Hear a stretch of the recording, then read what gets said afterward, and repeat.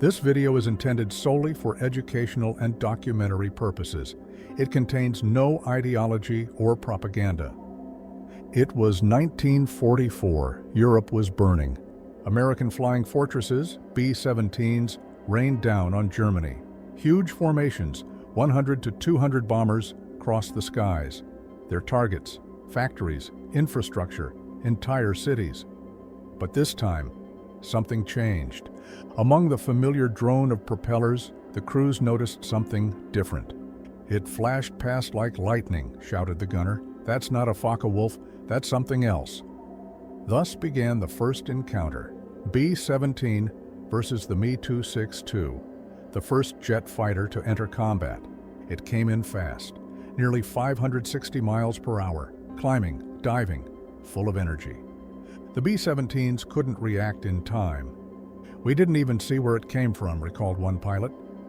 The Me-262 appeared suddenly, like a ghost, like a predator. Some American airmen later described the experience.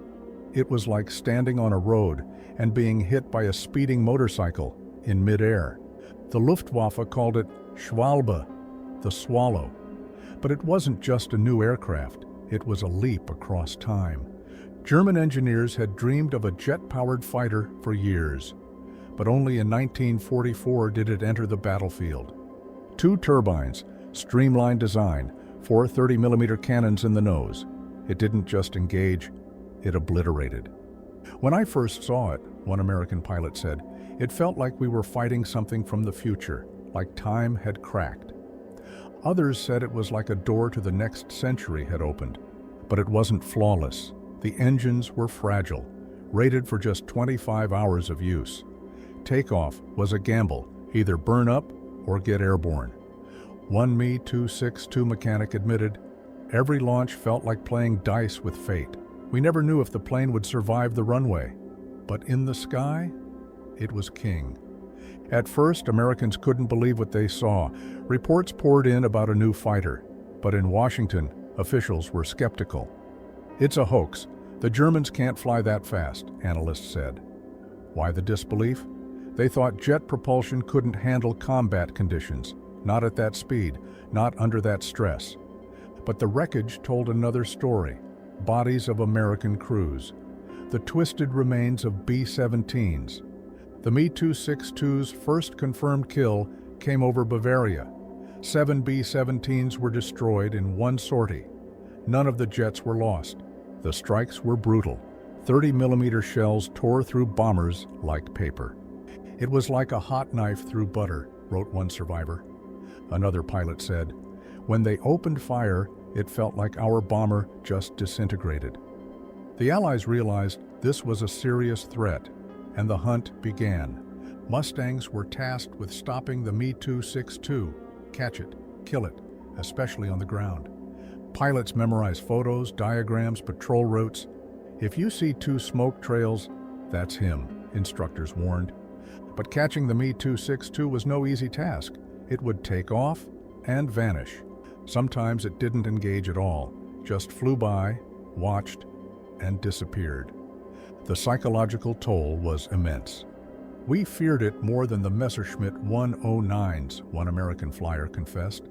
It would appear on the horizon, and panic would set in.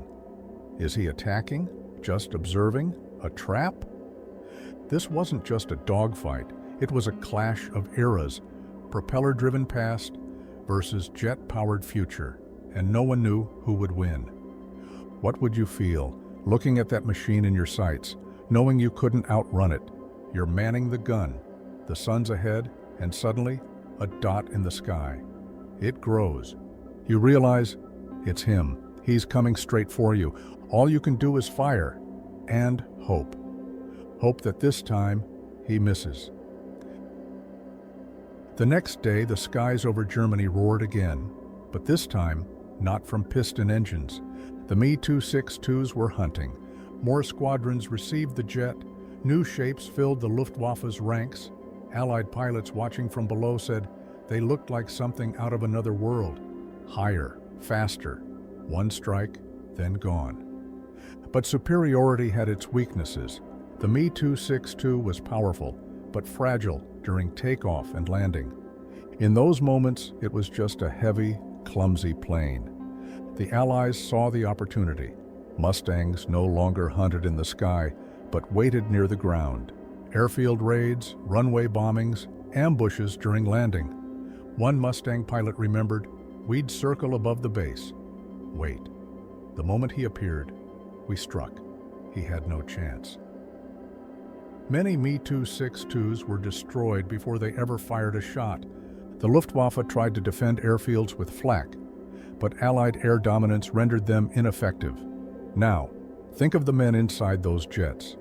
Me-262 pilots were elite, often Eastern Front veterans, aces, dozens of kills to their name, but even they confessed, "We weren't ready. The speed, it overwhelmed us. Our eyes saw, but the brain couldn't keep up."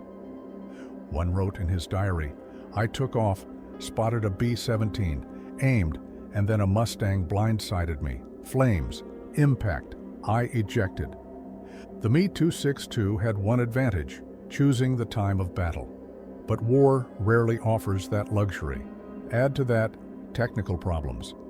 The Jumo 004 engines were temperamental, prone to overheating, breakdowns, and rapid wear.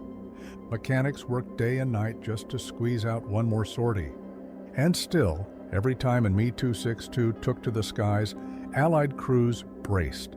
They knew a single jet could down 5 bombers in one flight. Its firepower was catastrophic. Even the armor of the B-17 felt like paper. Allied command shifted tactics. Escort formations were changed, flight paths rerouted. Analysts worked late into the night, trying to predict where the Me-262 would strike next. But by then, it was too late. The Me-262 had arrived too late. Had it emerged in 1943, perhaps the skies over Europe would have been different. But in 1945, time was running out. Germany was retreating. Factories bombed day and night. Fuel was scarce. Experienced pilots even scarcer.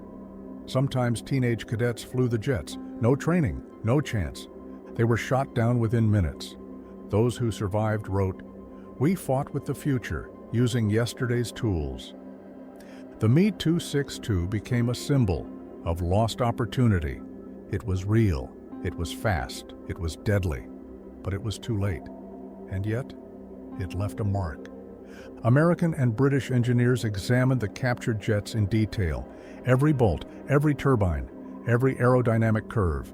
By the 1950s, the next generation of jet fighters was airborne. Not over the Rhine, but over Korea. The Me-262 was their ancestor.